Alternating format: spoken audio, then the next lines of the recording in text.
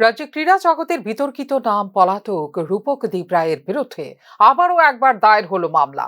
বিভিন্ন ইভেন্টে জাতীয় আসরে রাজ্যের নাম করে বহিরাজ্যের খেলোয়াড়দের মোটা অঙ্কের অর্থের বিনিময়ে সুযোগ করে দেবার অভিযোগ নিয়ে পূর্ব আগরতলা থানায় দায়ের করা হলো মামলা।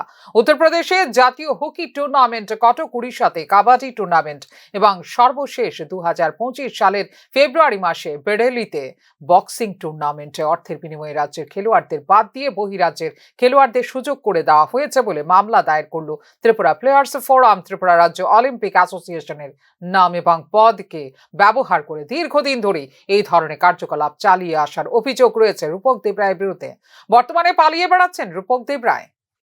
আপনার 15th সিনিয়র ন্যাশনাল হকি এটা চ্যাম্পিয়নশিপ হয়েছিল, সেখানে 2024-এ ইউপিতে খেলা হয়েছিল। সেটাতে রূপক দেব রায় টিম খেলিয়েছে টাকার বিনিময়ে। প্লেয়ারদেরকে আপনার ত্রিপুরার বাইরের প্লেয়ারকে রূপক দেব রায় খেলেছে বিভিন্ন অনৈতিকভাবে।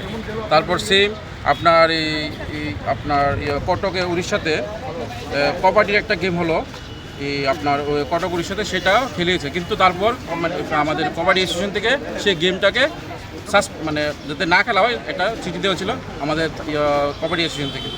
আবার সেম হলো আপনার 8 ইলাইট ম্যান একটা বক্সিং চ্যাম্পিয়নশিপ হয়েছিল 2025-এ, সেটা বেরেলিতে হয়েছিল।